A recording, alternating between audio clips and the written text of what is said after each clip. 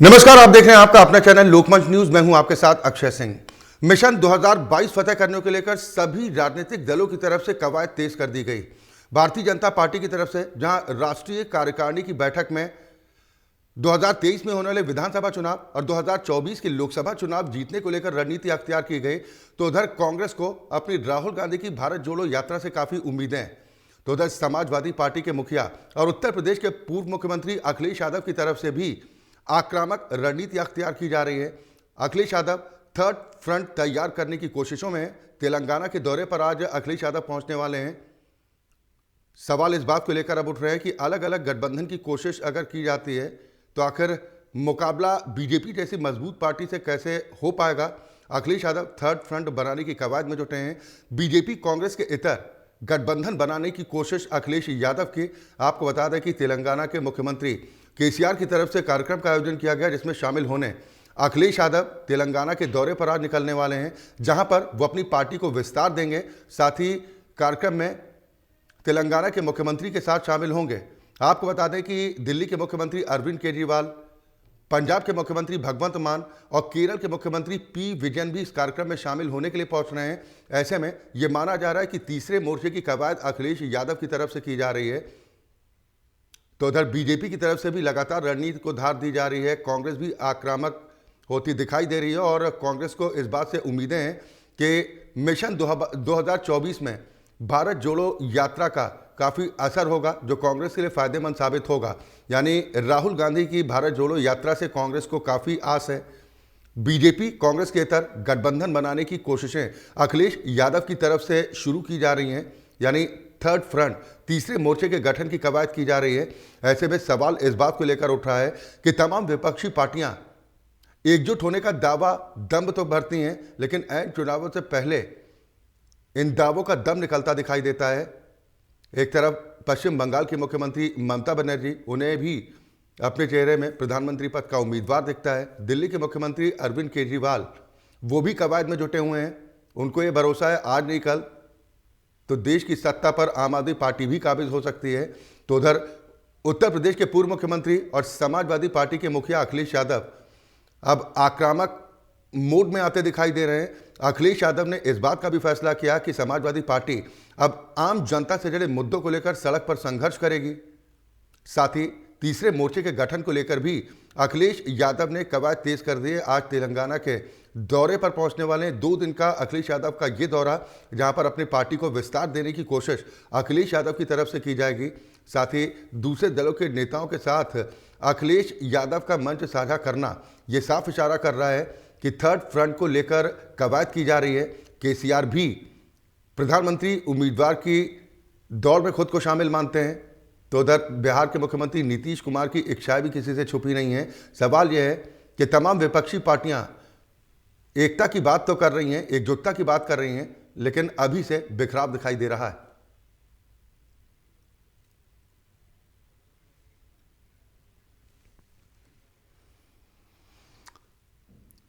तो आज हम इसी पर चर्चा करेंगे कि मिशन 2024 फतेह करने को लेकर तमाम राजनीतिक दलों की तरफ से अपनी तैयारियों को अभी से धार देना शुरू कर दिया गया है। आज हम इसी पर चर्चा करेंगे कि अखिलेश यादव तीसरे मोर्चे के गठन की कोशिशों में लगे हुए हैं। ये कवायद आखिर कितना रंग ला सकती है, इसी पर चर्चा करेंगे। सभी खास मेहमान हमारे साथ जुड़ चुके हैं। सबसे पहले अपने दर्शकों की मुलाकात अपने आज के सभी अतिथियों से। मेरे साथ गुरिंदर सिंह ढिल्लो साहब हैं, आप नेता हैं भारतीय जनता पार्टी के, साथ ही ब्लॉक प्रमुख अमरोहा। कांग्रेस नेता विकास तिवारी साहब हमारे इस चर्चा में शामिल हैं। साथ ही अभिषेक कुमार मिश्रा भी हमारे साथ जुड़ेंगे, जो नेता हैं समाजवादी पार्टी के। बहुत स्वागत है आप सभी का। शुरुआत मैं गुरिंदर सिंह जी आपसे ही करना चाह रहा हूं, कितना दिलचस्प घमासान होगा इस बार 2024 में? भाई साहब आवाज बढ़ाइए, आवाज कम आ रही है। जी, आवाज पहुंच रही है आप तक? कम आ रही है आवाज। जी, कितना दिलचस्प घमासान होगा इस बार 2024 का? मैं कह रहा हूँ थोड़ी आवाज बढ़ा दीजिए, आवाज कम आ रही है। हेलो जी, बिल्कुल बिल्कुल बढ़ाइए। बिल्कुल, आप तक आवाज नहीं पहुंच रही है। मैं विकास तिवारी साहब, आप तक मेरी आवाज पहुंच रही है? जी विकास जी, कितना दिलचस्प होगा 2024 का चुनावी घमासान? देखिए, चुनाव राजनीति अपनी जगह है, और आज देश में जो वर्तमान स्थितियां हैं, जो परिवेश है, आज हमारा देश इस कगार पे आगे खड़ा हो बैठा है किया जा रहा है। और हमारी जो भारत जोड़ो यात्रा चल रही है, राहुल गांधी जी जो हमारे अगुवा है, यात्रा को लेकर आगे बढ़ रहे हैं। और हम लोगों का एक है कि उनकी एक हमारी इस मुल्क में है आवाजें दो, अब तुम पर है कौन से तुम आवाज सुनो तुम क्या मानो। हम कहते हैं कि भाई से भाई का प्यार रहे, वो कहते हैं हाथों में त्रिशूल रहे तलवार रहे। हम कहते हैं कि राम राज्य में जैसा हुआ वैसा हो, वो कहते हैं कि हंगामा होता है होने दो, अब तुम पर है तुम कौन सी आवाज सुनो तुम क्या मानो। एक संदेश लेकर राहुल जी हमारे जो है दक्षिण से लेकर उत्तर तक की यात्रा पे हैं और आगे हमारी यात्रा पूरब से पश्चिम तरक्की बढ़ेगी। तो हमारी जो यात्रा है, हमारा जो उद्देश्य है, भारत को जोड़ने की बात है, जो भारत को टुकड़ों टुकड़ों में बांटने की साजिश रची जा रही है, जो धार्मिक जहर उन्माद फैलाए जा रहे हैं। मुझे तो महात्मा गांधी को बातें याद आती है कि महात्मा गांधी ने एक संदेश दिया था इस देश को जी, India must not indulge in only mass production but production by masses. आज महात्मा गांधी की सोच को नकारते हुए चंद पूंजीपतियों को बढ़ावा देने के लिए सरकार काम कर रही है और जिसकी मुखालफत करने के लिए, जिसके विरोध में गरीबों का हक दिलाने के लिए हमारे नेता राहुल गांधी जी सड़कों पर हैं। और 2024 का चुनाव झूठ का झूठ और सच का सच बहुत जल्द जनता के सामने आने वाले हैं। जनता वो महसूस भी कर रही है कि जनता के साथ कितना बड़ा जो उनके विश्वास है, विश्वास को तोड़ने का काम किया जा रहा है सरकार द्वारा। निश्चित तौर से 2024 का चुनाव दिलचस्प होगा और जनता की लड़ाई सीधे जो है हमारी वर्तमान सरकार। नहीं, विकास तिवारी जी, आपको नहीं लग रहा कि विपक्ष चुनावों से पहले तो ये दावा करता है कि तमाम विपक्षी पार्टियां एकजुट होंगी और मिलकर मुकाबला किया जाएगा, लेकिन उससे पहले ही बिखराव दिखने लगता है। अब अखिलेश यादव थर्ड फ्रंट तैयार करने की कोशिशों में जुट रहे हैं, ये कितनी बड़ी चुनौती साबित हो सकता है? तो आपको एक दिलचस्प बात बताना चाहूंगा कि राजनीति में सफलता से पहले बहुत सारी चीजें लोगों को असंभव सी लगती है। मैं आपको एक इतिहास में लेके चलूं कि जर्मनी का शासक हिटलर हुआ करते थे और हिटलर जब तक पराजित नहीं हो गए तो वहां की जनता को विश्वास नहीं होता था हिटलर कभी पराजित भी हो सकता है। उन्होंने अपने यहाँ एक प्रधान राज्य मंत्री का पद का सृजन किया था जिसका नाम था जोसेफ गोएबल्स, और जोसेफ गोएबल्स को प्रोपेगेंडा का जनक भी कहा जाता है। और वो ऐसा दम फैला के रखा था पूरे देश में अपने जर्मनी में कि जब तक हिटलर पराजित नहीं हो गया, हिटलर की दिवंगत नहीं हो गया, तब तक वहां की जनता को विश्वास नहीं हुआ हिटलर कभी पराजित भी हो सकता है। तो नो डाउट ऐसे ही कुछ स्थितियां हमारे देश में भी पैदा करने की कोशिश की जा रही है और हम लोग डट के उन फिरका ताकतों का जो अधिनायकवादी सोच को बढ़ावा देने वाले लोग हैं, लड़ने के लिए तैयार है, कमर कर चुके हैं और जनता हमारे साथ जुड़ रही है। हमारे राहुल गांधी जी की यात्रा शुरू हुई, लोगों ने कहा कि तमिलनाडु में दम तोड़ देगी, किसी ने कहा केरल में दम तोड़ देगी, और आज आप देख रहे हैं हमारी जो दक्षिण से यात्रा शुरू हुई, उत्तर यानी कश्मीर की तरफ बढ़ रही है और हम लोग पंजाब तक पहुंचे हैं और अपार जन समर्थन मिल रहा है। लोग राहुल जी के साथ, उनकी विचारधाराओं के साथ इस बात को लेकर खड़े हैं कि भारत को जोड़ने की आवश्यकता है और एक दूसरे से झूठ जो फैलाया जा रहा है, जो प्रोपेगेंडा फैलाया जा रहा है, उसके साथ उसके खिलाफ लोग एकजुट हो रहे हैं और पूरी शिद्दत के साथ खड़े हैं। और बिल्कुल, आप एकजुटता की बात कर रहे हैं कि तमाम विपक्षी दल भी हमारे साथ आएंगे, लेकिन मौजूदा वक्त में जो हालात दिखाई दे रहे हैं, दिल्ली के मुख्यमंत्री अरविंद केजरीवाल की पार्टी की तरफ से ये दावा तक किया जा रहा है कि हो सकता है कि अगली बार आम आदमी पार्टी देश की सत्ता पर काबिज हो जाए। तो उधर नीतीश कुमार की इच्छा भी छुपी नहीं है। मैं विकास जी आपके पास आऊंगा। गुरिंदर सिंह जी, अब आवाज आप तक पहुंची? हमारी आवाज जी, क्या कहिएगा? विपक्षी एकता की बात तो कही जा रही है, लेकिन अभी से ही बिखराव के हालात दिखाई दे रहे हैं, ये प्लस पॉइंट है बीजेपी के लिए? देखिए, हमारे यशस्वी प्रधानमंत्री जी आदरणीय नरेंद्र मोदी जी तीसरी बार इस देश में पताका फहराएंगे और पिछली बार से भी ज्यादा हम लोग अपने पीछे लेके आएंगे। और रही विपक्षी की बात, अरविंद केजरीवाल खुद प्रधानमंत्री बनने के चक्कर में लगे हुए हैं, ममता बनर्जी जी अपना अपना झंडा लहरा रही हैं, अखिलेश जी तैयार हो रहे हैं उधर को, और अनेकों नेता उधर नीतीश जी हैं, बिहार के मुख्यमंत्री, वो भी झंडा ठोक रहे हैं, हम भी। तो इनमें तो इतना बिखराव है कि हमारे यशस्वी प्रधानमंत्री जी के सामने टिक नहीं पाएगा। आप कह रहे हैं कि विपक्षी हमारे सामने टिक नहीं पाएंगे, ये विश्वास है, अति आत्मविश्वास है। हालांकि बीजेपी के बारे में कहा जाता है कि हमेशा इलेक्शन मोड में रहती है बीजेपी। हमारी पार्टी बिल्कुल चुनावी मोड़ पर है, पूरी तरीके से पार्टी तैयारियां कर रही है। पिछली बार से भी ज्यादा सीटें हम लोग इस बार लेकर आएंगे लोकसभा में। कांग्रेस के दावे अलग हैं, लेकिन अब अखिलेश यादव की तरफ से भी आक्रामक राजनीति अपनाई जा रही है। वो जमीन पर संघर्ष करने को लेकर अब रणनीति भी अख्तियार कर रहे हैं, तेलंगाना के दौरे पर जा रहे हैं ताकि एक मजबूत तीसरा मोर्चा तैयार हो सके। अगर अखिलेश यादव ऐसा करने में कामयाब होते हैं तो आपकी चुनौती बढ़ना तो निश्चित है गुरिंदर सिंह जी। नहीं नहीं, दावे हैं, दावे कोई भी कुछ भी कर सकता है, किसको मनाही है, वो अपनी कुछ भी कर सकते हैं इस बात के लिए। और आपने अभी भी पीछे हमारा विधानसभा का चुनाव देखा ही उत्तर प्रदेश में, अखिलेश जी थे, गठबंधन भी था, इसलिए योगी सरकार कितने पूर्ण बहुमत से आई है। तो दावे हैं, दावे करने दीजिए इनके लोगों को, क्या दिक्कत है। राहुल गांधी को मुख्य चेहरा मानते हैं आप विपक्षी दल का कि मुकाबला बीजेपी का राहुल गांधी से ही होगा, यानी कांग्रेस से? नहीं, अभी तो इनका यही नहीं पता है कि प्रधानमंत्री का उम्मीदवार कौन होगा। हमारी तरफ से तो हमारी यशस्वी प्रधानमंत्री जी है, मैं आदरणीय नरेंद्र मोदी जी। कांग्रेस के वरिष्ठ नेता है कमलनाथ जी, पूर्व मुख्यमंत्री हैं, उन्होंने तो दावा कर दिया कि विपक्ष का चेहरा तो राहुल गांधी बनेंगे, प्रधानमंत्री पद के उम्मीदवार वही होंगे। आप आने दीजिए नजदीक थोड़ा चुनाव, आप भी देखेंगे कि क्या क्या होगा, कौन कौन उनका उम्मीदवार बनेगा। विकास तिवारी जी क्या कहिएगा? जी देखिए, आप और इस देश की जनता देख रही है कि सड़कों पर विपक्ष की भूमिका कौन निभा रही है। बात विपक्ष के नेता होने की बात, तो आप स्वतंत्र समीक्षा करेंगे तो आपको दिखेगा कि सिर्फ कांग्रेस पार्टी और कांग्रेस पार्टी के नेता राहुल गांधी ऐसे हैं लीडर के रूप में कि जो सड़कों पे संघर्ष करते हुए जनता के हक की लड़ाई लड़ने के लिए तैयार हैं और लड़ते हुए दिख रहे हैं। और हम विपक्ष के रूप में हर एक अपनी जो जिम्मेदारी है, भूमिका है जनता के बीच में निभाते हुए चले आ रहे हैं। और हम लोग आह्वान भी कर रहे हैं कि विपक्ष के जितने भी दल हैं, हमने राहुल गांधी जी ने अभी सबको संदेश भी भेजा था भारत जोड़ो यात्रा में कि आप लोग आइए, सम्मिलित होइए। हमारी जो भारत जोड़ो यात्रा में बहुत सारे लोगों ने राजनीतिक रूप से भी, व्यक्तिगत रूप से भी सम्मिलित होकर हमारे राहुल गांधी जी हमारे नेता को समर्थन किया। तो निश्चित तौर पे अगर पूरा देश देख रहा है तो राहुल जी की तरफ एक उम्मीद भरी निगाहों से देख रहा है कि अगर कोई विपक्ष के नेता के रूप में अगर है इस देश में तो तिवारी जी, ये दावे तो हर चुनाव में कांग्रेस पार्टी की तरफ से किए जाते हैं कि इस बार देखना चमत्कार हो जाएगा। ये चमत्कार देखते देखते 2014 का इलेक्शन हो गया, 17 का हो गया, 19 का हो गया, 2022 का हो गया, लेकिन दावे तो आपके धराशायी हो गए। तो कैसे उम्मीद की जाए?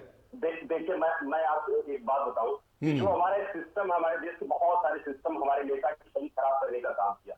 1000 करोड़ रुपए खर्च किए गए हमारे नेता की छवि को खराब करने के लिए। बहुत सारे लोगों ने ये जो एक खड़ा कर रखा था, विचार खड़ा करा कि राहुल जो है कंफर्ट जोन से बाहर नहीं निकल सकते, जनता को फेस नहीं कर सकते, मीडिया को फेस नहीं कर सकते, चल नहीं सकते, उनका एक अपना एरिया है। तो राहुल जी ने सारे मिथक को तोड़ा। राहुल जी ने साबित किया है कि राहुल जी जो कर सकते हैं, दूसरा विपक्ष का ऐसा कोई नेता नहीं है कि राहुल जी इतना क्षमता रखता हो। राहुल गांधी तो कह रहे हैं कि हमारी इस यात्रा का मकसद सिर्फ भारत जोड़ने से है। देश की सबसे बड़ी यात्रा है। राहुल गांधी तो कह रहे हैं कि हमारी इस यात्रा का मकसद राजनीतिक है ही नहीं, हम तो देश जोड़ने निकले हैं, इसका मुनाफा होगा। बिल्कुल राहुल जी सही कह रहे हैं कि हम लोग भारत जोड़ा का मकसद यही है कि जो देश में बिखराव उत्पन्न किए जा रहे हैं, जो देश को जात के आधार पर, संप्रदाय के आधार पर बांटने की कोशिश की जा रही है, जो संविधान की धज्जियां उड़ाई जा रही है, उनका अनुपालन नहीं किया जा रहा है, ऐसा देश में पहली बार हो रहा है। सुप्रीम कोर्ट के जो जस्टिस है मुखर होकर अपनी बात रख रहे हैं जनता के बीच में। बहुत सारी ऐसी चीजें हैं कि कुछ पूंजीपति लोग हैं इसकी पीएसपी सब उनके हाथ में भेज देने का काम किया जा रहा है जी। तो हमारा देश कहाँ जा रहा है, हम कहाँ देश को ले जाने की बात कर रहे हैं। तो आज जो भारत जोड़ो की यात्रा है, इसकी मकसद ही है कि हम लोग जो है दक्षिण से उत्तर की तरफ चल रहे हैं, कन्याकुमारी से लेकर कश्मीर तक चल रहे हैं। हमारा उद्देश्य है कि हमारी बातें जब हमारी सदन में हमारे माइक को बंद कर दिया जाता है, मीडिया में हमारी बातों को प्रसारित नहीं किया जाता है, तो हम लोग सीधे तय किए कि जनता में जाएंगे, जनता की बातों को, जनता की आवाज को जनता के बीच में लेकर जाएंगे और भारत जोड़ो यात्रा के रूप में। गुरिंदर सिंह जी, विकास तिवारी साहब कह रहे हैं कि भारत जोड़ो यात्रा से तो बीजेपी घबरा रही है, राहुल गांधी एक सशक्त चेहरे के तौर पर उभर रहे हैं और आज नहीं तो कल तमाम विपक्षी दल भी राहुल गांधी के समर्थन में आएंगे, उनको भरोसा है इस बात का।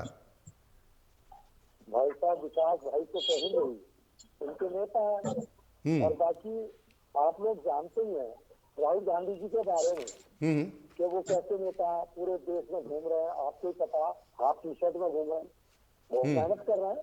मैं उनके लिए शुभकामनाएं देता हूँ। बाकी वो ये तो जनता क्या करेगी, जनता जनार्दन मालिक है इसकी। कि हमारे यशस्वी प्रधानमंत्री जी जो देश को इंटरनेशनल लेवल पे कहाँ से कहाँ पहुंचा जी सम्मेलन का आप लोगों को देखो कितना हर्ष होगा सुनकर कि हम लोगों को इसकी अध्यक्षता मिल गया, हमारे प्रधानमंत्री जी इसकी अध्यक्षता करेंगे जी। और देश के नई ऊंचाइयों में हमारे इंटरनेशनल लेवल पे हमारे प्रधानमंत्री जी ने हमारे देश को आगे बढ़ाया। चले, बिल्कुल। समाजवादी पार्टी का पक्ष रखने के लिए मेरे साथ इंद्रेश यादव भी जुड़ गए हैं। इंद्रेश भाई, आवाज मिल रही है आपको? सर मिल रही है। अखिलेश यादव तीसरे मोर्चे के गठन की कवायद में जुटे हैं। ये कवायद कितनी रंग ला सकती है? क्या सर? अखिलेश यादव तीसरे मोर्चे, थर्ड फ्रंट की कवायद में जुट गए हैं। तेलंगाना जा रहे हैं ना आज जी। ये मेहनत कितना रंग ला सकती है? सर अखिलेश यादव सरकार प्रदेश में नहीं है। जब से हमारी सरकार प्रदेश में नहीं है, हमारे नेता माननीय अखिलेश यादव जी संघर्ष कर रहे हैं और साथ ही साथ हमारे जितने भी समाजवादी पार्टी के नेता हैं जनता के मुद्दों से जुड़कर उनके मुद्दों को सड़क से लेके संसद तक पहुंचाने का काम कर रही है। और तीसरा मोर्चा सर हम लोगों का एकदम कामयाब है। जनता बस धीरे धीरे समझना शुरू कर दी है। ये लोग झूठा प्रचार करके लालच देके छोटा छोटा, उससे क्या होने वाला है सर आप ही सोच लीजिए। जो ये लोग लालच दे रहे हैं, जो ये लोग पैसा बांट रहे हैं, जो राशन बांट रहे हैं, उससे होने वाला क्या है? हमारे देश में सबसे जरूरी शिक्षा फ्री होनी चाहिए, स्वास्थ्य फ्री होना चाहिए।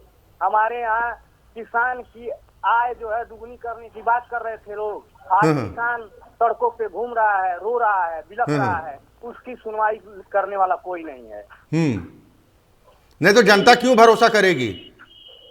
2017 के बाद तो 19 का और 2022 का भी चुनाव हो चुका। आप लोगों ने ये आवाज खूब बुलंद की, यकीन नहीं किया जनता ने। जनता को भरमाया गया है उनके निजी मुद्दों से, उनको भरम डाल के आप सत्ता कब तक ले सकते हैं सर? नहीं, आप ये कह रहे हैं कि जनता को बरगला दिया गया। जी जी जी जी। जनता जब समझेगी हमारे नेता के कामों को, समाजवादी पार्टी की योजनाओं को।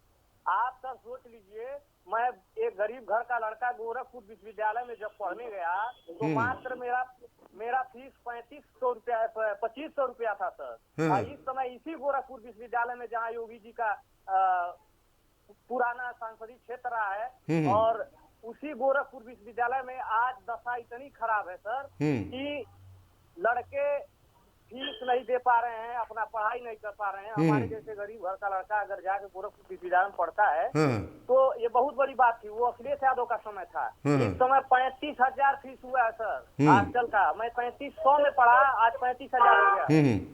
एक नहीं दो चुनाव हो गए, बर्बाद कर दिए हैं। एक नहीं दो चुनाव हो गए। आप लोगों के इन तमाम मुद्दे उठाने के बावजूद जनता यकीन नहीं कर रही है। इसका क्या मतलब निकाला जाए?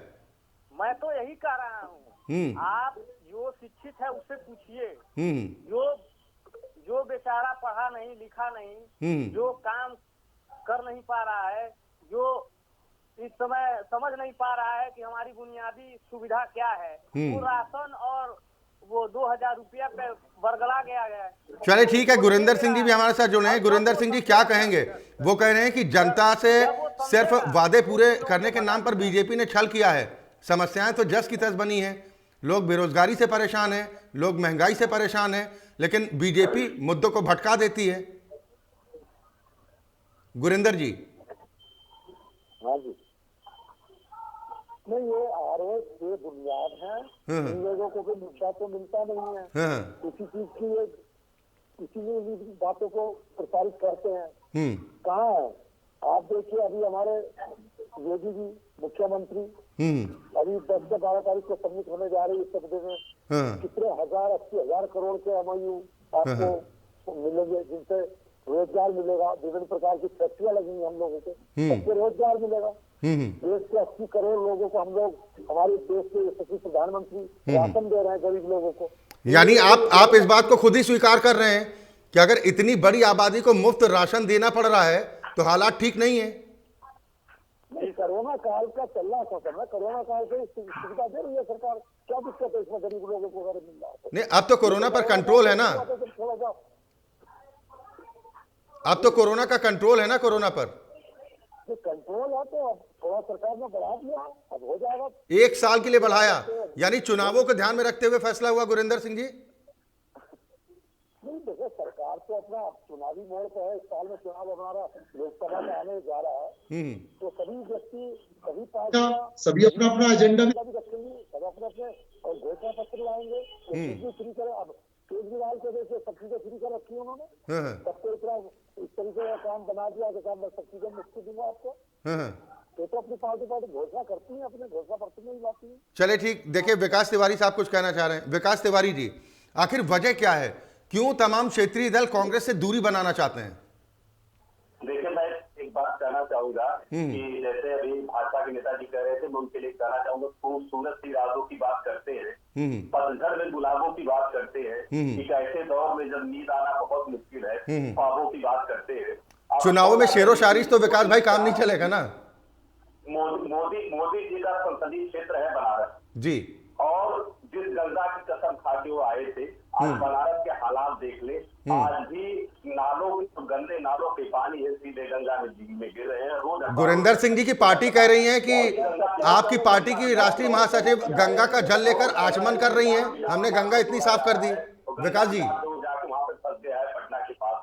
तो विकास जी सुनिए ना, गंदे नालों का बहाव बीजेपी तो ये कह रही है ना क्षेत्र में कि नाव की सवारी प्रियंका गांधी वाड्रा करती हैं उसी गंगा में, आचमन करती हैं, जल स्वच्छ है, निर्मल हो रही है गंगा। करने का काम दिया जाए तो उन पे रोक लगा दी गई कि पर्यावरण का हवाला देते हुए, और आज वहां पे भारी मात्रा में बालू उठवाए गए हैं। वहां पे एक सामाजिक कार्यकर्ता है डॉक्टर अवधेश दीक्षित, डॉक्टर अवधेश दीक्षित ने हाईकोर्ट में मामला लेकर गए हैं, वहां पे कमिश्नर तक तलब हुए कि किसके आदेश से बगैर नमाम गंगे के परमिशन से कैसे बालू खनन हो रहे हैं। तो ऐसे इतने बड़े बड़े भ्रष्टाचार हो रहे हैं पूंजीपतियों को और पूंजीपति बनाने के लिए, गरीबों को और सितम ढाने के लिए, जो सरकार की तरफ से जो सरकार के तंत्र है, तंत्र का ख्याल, लोग का ख्याल न रखकर सिर्फ तंत्र को मजबूत कर। ठीक है, मेरे सवाल का जवाब तो दीजिए तिवारी जी।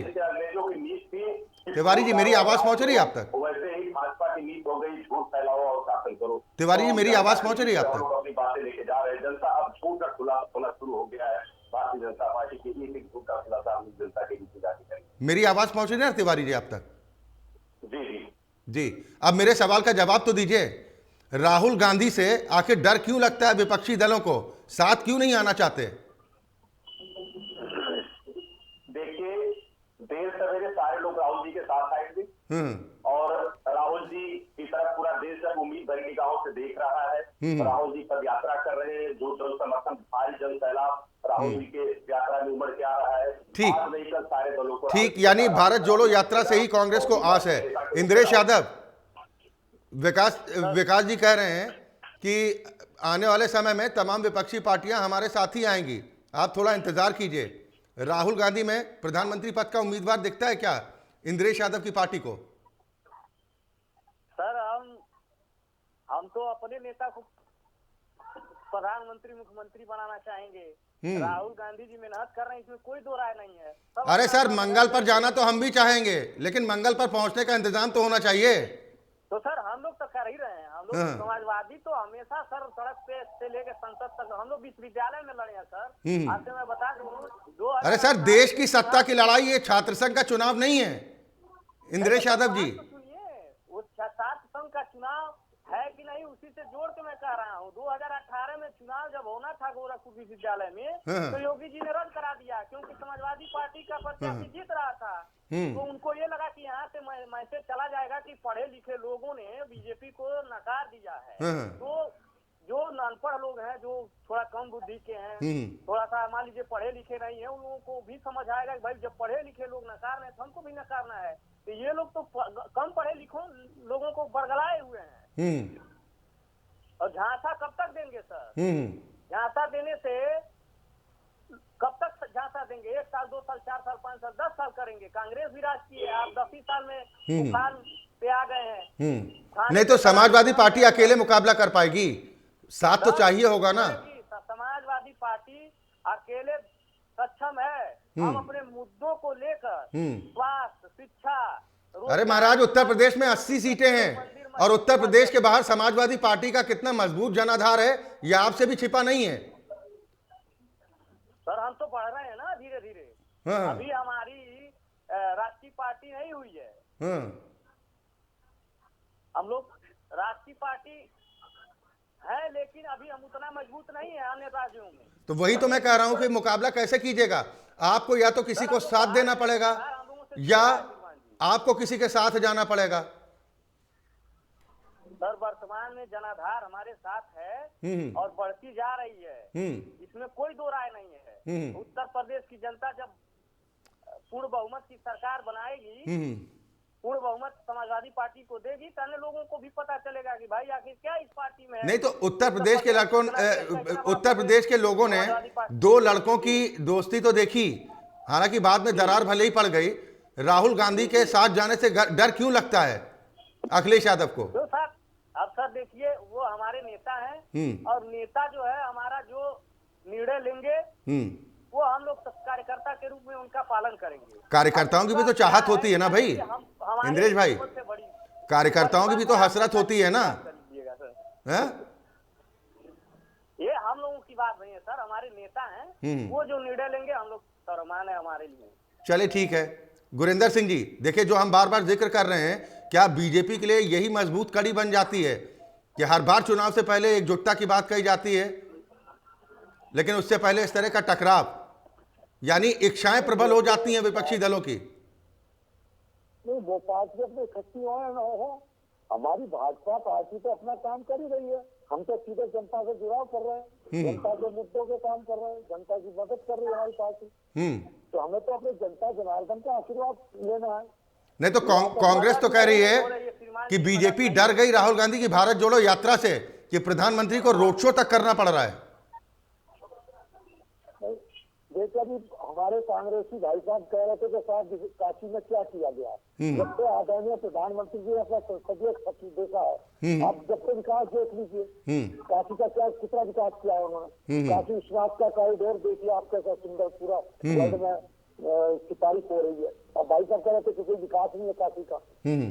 मैं पूछना चाहता हूँ, बीच में अवरोध उत्पन्न करूंगा जी, क्या गंगा जी में जो गंदे नाले गिरते थे गिरने बंद हो गए? गंगा जी की सफाई हो गई। गंगा जी में जो रेजिंग के नाम पे जो है वहां पे बालू को उठाव हुआ, वो किसके आदेश से हुआ? किसको लाभ पहुंचाने के लिए हुआ?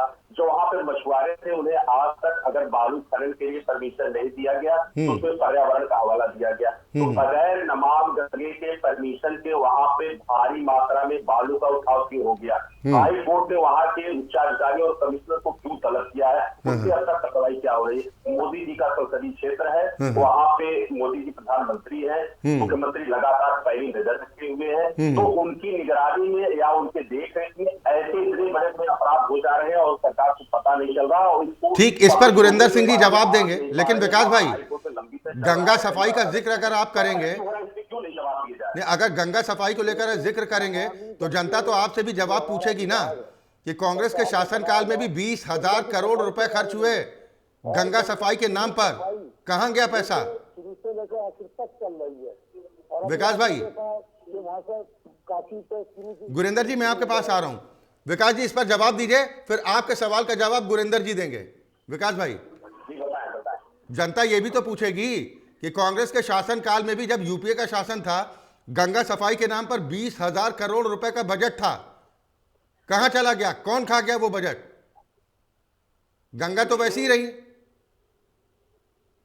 गंगा सफाई के नाम पे जो बजट है, गंगा जी के लिए काम हुए और गंगा की सफाई के लिए हम लोगों ने प्रयास किए और उसमें जो बजट को खर्च किया गया है, मतलब आप करें तो लीला लेकर आए। इनके संसदीय क्षेत्र का मामला है और अगर घाटों की स्थिति देख ले, घाटों के नीचों से जो जमीनें खिसक रही है, घाट बैठते हुए चले जा रहे हैं, चाहे मरकट का घाट आप देख लीजिए, चाहे हरिशन घाट देख लीजिए, चाहे वहां पे मानस घाट देख लीजिए, सारे घाट जो बैठते हुए चले जा रहे हैं। और आप किसी घाट के करीब चले जाएंगे तो आपको दिखेगा कि गंदे नाले के पानी बदबदाते सामने से गुजर रहे हैं, उठा रहे हैं, गंगा जी पीछे गिर रहे हैं। गुरिंदर जी तो कह रहे हैं, विकास भाई मेरी आवाज आ रही ना? माँ गंगा ने बुलाया है और माँ गंगा ने जब बुलाया, विकास भाई, गंगा जी के लिए विकास भाई, गुरिंदर जी की पार्टी तो कह रही है कि अगर गंगा स्वच्छ ना हुई होती तो प्रियंका गांधी वाड्रा जो आपकी राष्ट्रीय महासचिव हैं, वो नौका विहार कैसे करती, गंगा जल का जल लेकर आचमन कैसे करती? वो तस्वीरें तो सबने देखी। देखिए, हम लोग सनातन जुड़े हुए हैं और लगातार चाहे गंगा हो, सरस्वती हो, यमुना हो, हम लोग उसको पवित्र मानते हैं, उसमें आचमन करते हैं, वो सारी चीजें होती हैं और सतत होती चली आई है। ये नहीं कि मोदी जी आज आ गए उसके लिए हो गया। ठीक, गुरिंदर जी क्या कहिएगा? वो कह रहे हैं कि गंगा सफाई के नाम पर बड़े बड़े दावे तो किए गए थे, लेकिन अब गंगा की निर्मलता को लेकर कोई बोलने को तैयार नहीं होता। और पूरे दिन में 5 फुट बदलते। ठीक विकास भाई, गुरिंदर सिंह जी तो जी जवाब दीजिए विकास जी की बात का। देखिए 55 साल या 60 साल कांग्रेस ने शासन किया है, इन्हें अब याद आ रही गंगा जी की? जब से मोदी जी हमारे आदरणीय प्रधानमंत्री जी ने गंगा जी को जो भाई साहब कह रहे हैं, और जब तक 10 साल में हमारा शासन चल रहा है, 10 अब और अगले साल हो जाएंगे, 9 साल हमारे पूर्ण हो चुके हैं, कितनी सफाई गंगा जी की करी आप सब लोग देखते हैं, मीडिया देखता है। और पहली की सफाई भी आपको पता होगा गंगा जी की क्या हालत है। तो लगातार नमामि गंगा के तहत गंगा जी की सफाई अभियान चल रहा है और चलता रहेगा, और पूर्ण रूप से हमारी सरकार गंगा जी को साफ करते रहेगी। मैं भाई साहब से कहना चाहता हूँ कब तक आप कांग्रेस को कोसते चले आएंगे? आपका सेकंड टर्म आ गया। मैं मान ही लेता हूँ कि चलिए कांग्रेस ने कुछ अच्छा नहीं किया रहा होगा, इसलिए जनता ने आपको अवसर दे दिया, तो आप कांग्रेस को कब तक कोसते आएंगे? जो आपने वादा किया था उस वादों पे आप खड़ा उतरे। कोई एक ऐसी सवाल बता दीजिए जिसका रेट कम हुआ। वो मोदी का नारा कहाँ गया? बहुत हुई महंगाई की मार, अब की बार मोदी सरकार कहाँ गई बातें? और ऐसी वस्तु है जिसका दाम घटा है। ठीक है, देखिए दुखती नब्ज पर हाथ रखा विकास तिवारी जी ने, जो महंगाई और बेरोजगारी की बात कर रहे थे। गुरिंदर जी जवाब दीजिए, फिर इंद्रेश जी मैं आपके पास आ रहा हूं। गुरिंदर भाई, हाँ जी, दुखती रग पर हाथ रख दिया विकास तिवारी ने कि महंगाई को लेकर तो बड़े बड़े दावे थे, अच्छे दिन आएंगे, वो अच्छे दिन गए कहां? कोई भी सरकार पिछले जब से देश आजाद हुआ किसी सरकार ने इतना कार्यक्रम नहीं किया। आप सड़कों की व्यवस्था देख लीजिए, कितने बड़े बड़े हाईवे बन गए, कितने बड़े बड़े पुल बन गए। आपको लगता है कि महंगाई का मुद्दा कमजोर कड़ी साबित हो सकता है? गुरिंदर जी, लोगों का पेट्रोल बच गया, डीजल बच रहा है। आप इस मुद्दे पर अपना जवाब दीजिए ना कि हमारा जो ग्लोबल हंगर इंडेक्स है उसमें हम कितने पावदान नीचे गए, फिर फ्रीडम में आप लोग कहाँ गए? ठीक है विकास भाई, ठीक है, सवाल पूछने का काम तो मेरा रहने दीजिए। गुरिंदर भाई जवाब दीजिए, फिर इंद्रेश जी मैं आपके पास आ रहा हूं। हाँ जी, दुखती रग पर हाथ रख दिया विकास तिवारी जी ने कि अच्छे दिन का वादा था, लेकिन महंगाई ने लोगों का दम निकाल के रखा है, उससे कभी राहत मिलेगी क्या? 5% से कम है महंगाई हमारी, अब भी जो चल रही है इस टाइम महंगाई से। सर वो कह रहे हैं पेट्रोल डीजल का दाम 100 रुपए पहुंच गया, तमाम जगहों पर 100 रुपए के पार पेट्रोल की कीमतें हैं। ये महंगाई नहीं है? गुरिंदर जी हेलो, चले, शायद उन तक आवाज नहीं पहुंच रही है। मैं इंद्रेश भाई अब आपके पास आ रहा हूं। मेरा सवाल वही है कि अब जो आप लोग आरोप लगाते थे कि अखिलेश यादव की छवि गढ़ी गई ट्विटर छाप नेता की, उनकी छवि को बिगाड़ने का प्रयास किया गया, अब अखिलेश यादव जिस तरह से आक्रामक मूड में आते दिखाई दे रहे हैं, क्या इस छवि से बाहर निकल पाएंगे अखिलेश यादव? जो आरोप लगते थे कि वो तो ड्राइंग रूम में बैठकर राजनीति करना चाहते हैं, जमीन पर संघर्ष नहीं करते, कार्यकर्ताओं को तरजीह नहीं देते।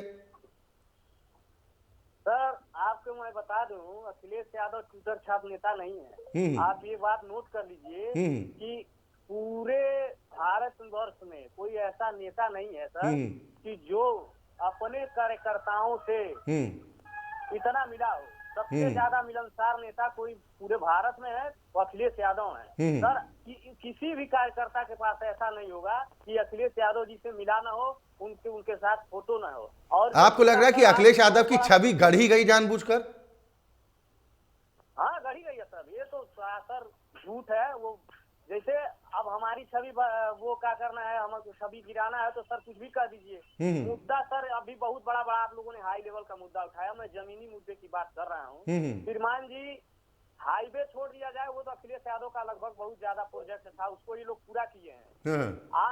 अन्य गाँवों में जो सड़कें चल रही है श्रीमान जी, इतना टूटी फूटी सड़कें हैं और शिक्षा व्यवस्था पूरी रूप से चरमरा गई है। किसी सरकारी इंटर कॉलेज या प्राइमरी जूनियर हाई स्कूल कहीं भी जाके देख लीजिए, सरकारी की मैं बात कर रहा हूँ, एकदम दर बद से बदतर व्यवस्था हो गई है। तो जो एम्बुलेंस अखिलेश यादव जी ने चलवाया था, उनके कर्मियों को, जो एम्बुलेंस चालक हैं, उनको सर तनख्वाह तक नहीं मिल रही है। तेल का पैसा नहीं, आप लोग तो नारा देते ना कि काम बोलता है, लेकिन नहीं बोला, जनता ने यकीन नहीं किया। एक नहीं 2 चुनाव हो गए। सर वही तो बात है। मैंने आपको मैं गुरिंदर जी आ रहा हूँ, उनको जवाब देने दीजिए, फिर मैं आपके पास आ रहा हूँ।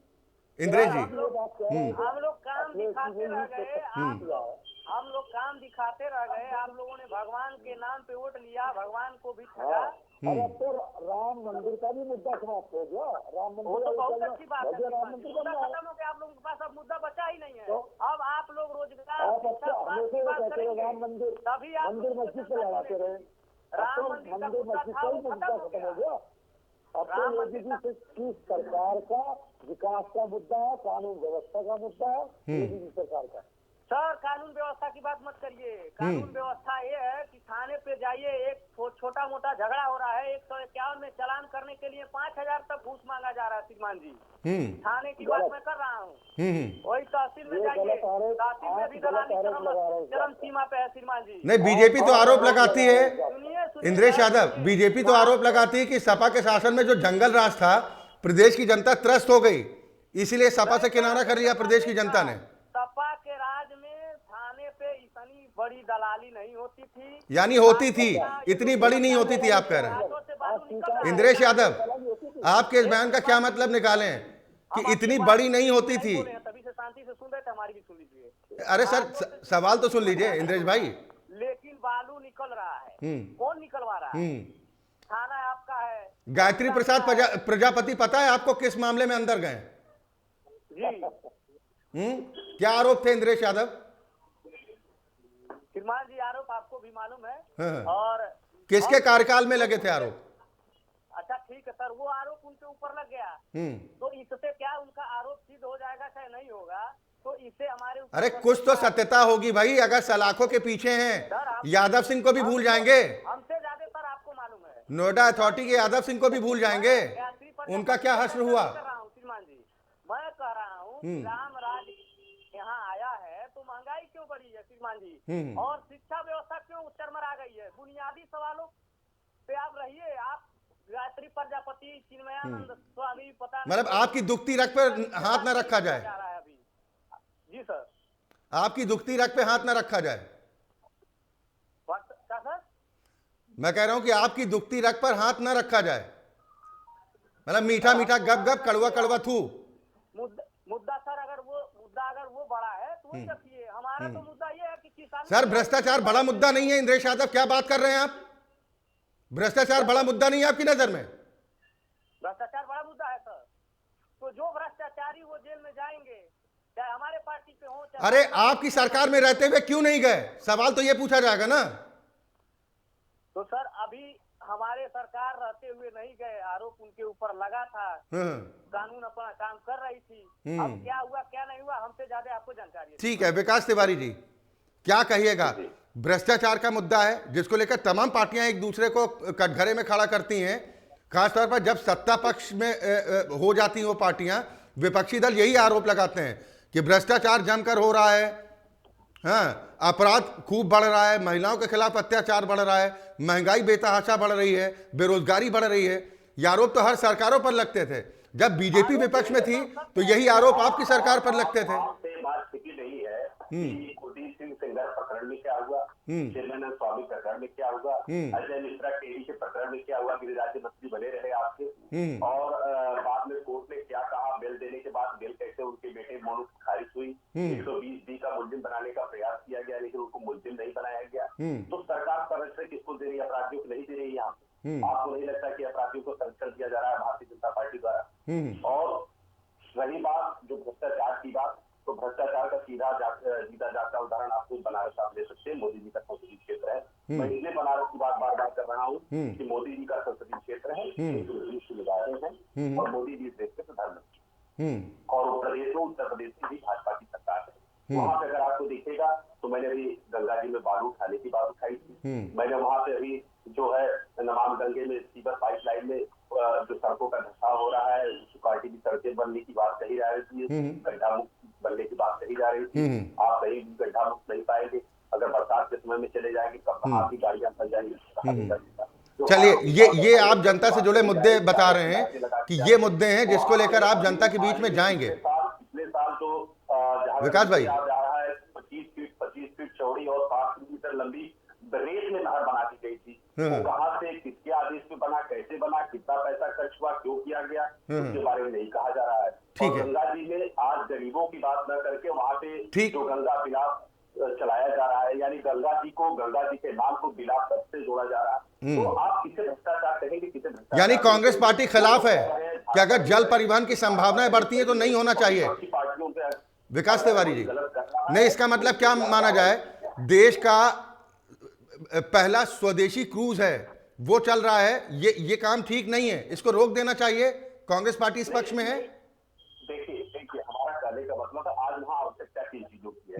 जैसे आपने कहा अभी आपका एक सवाल आ जाए कि क्या इस से सड़कें नहीं बनना चाहिए, लेकिन हमारी आवश्यकता है। आज मैं विकास तिवारी, अगर मेरा बच्चा है, पढ़ने में होनहार है, मैं 100 रुपए कमाता हूँ, ये आवश्यकता है कि 80 रुपए अपने बेटे की पढ़ाई में खर्च कर देना चाहिए और 10 रुपए घर के रंगाई और पताई और सालों शौकत में खर्च करना चाहिए। तो विकास तिवारी की नैतिक जिम्मेदारी है कि 80 रुपए बच्चे की पढ़ाई में खर्च करें और 10 रुपए घर की सालों शौकत में खर्च करें। अगर यही विकास तिवारी 10 रुपए बच्चे की पढ़ाई में खर्च करते हैं और 80 रुपए अपनी सालों शौकत में करते हैं तो ये सामाजिक न्याय का अपराध है। तो हमारा आज ये जिम्मेदारी है कि हमारी शिक्षा व्यवस्था सुदृढ़ होनी चाहिए, हमारा स्वास्थ्य सुदृढ़ होना चाहिए। अभी कोरोना काल में ऑक्सीजन के लिए लोगों को तरसते हुए देखा गया, सरकार ने कहा कि एक भी मौतें नहीं हुई और भाई किसान आंदोलन इतना बड़ा चला और सरकार को झुकना पड़ा, सरकार की हिटलरशाही सोच को झुकना पड़ा। नहीं तो विकास भाई सुनिए ना, आपने कोरोना काल में मौतों का जिक्र किया कि आंकड़े छुपा दिए गए। मौतों के आंकड़े को छुपा कर रहे हैं, झूठ फैला रहे हैं। समाज जो है झूठ फैलाने से नहीं चलेगा। लोकतंत्र में सच्चाई स्वीकार करनी पड़ती है। अगर आप कहने की क्षमता रखते हैं तो सुनने की भी क्षमता रखिए और आपके अंदर जो कमियां उसमें सुधार लाइए। भाजपा के लोग कहते हैं कि सरकार ने एक बार जो फैसला लिया रिलीज हो जाती है, चाहे सही फैसला हो चाहे गलत फैसला हो, बदलाव नहीं होता। तो ये अहम है, ये स्तंभ है, इस स्तंभ को छोड़ना पड़ेगा। जनता अब जा रही है, जनता जागरूक हो रही है, जनता अपने सवालों को लेकर, अपनी मांगों को लेकर मुखर हो रही है। ठीक है, सरकार अब और ज्यादा दिन झूठ फैलाकर, ठीक है। लेकिन विकास जी, जो आपने एक सवाल खड़ा किया कि कोरोना में जो मौतें हुई उनके आंकड़े भी छिपाए गए, ऑक्सीजन की संकट जिस तरह से रहा, ये तमाम चीज़ें, लेकिन छत्तीसगढ़ सरकार की तरफ से आंकड़े दिए गए कि ऑक्सीजन की कमी से हमारे यहाँ कोई मौत नहीं हुई।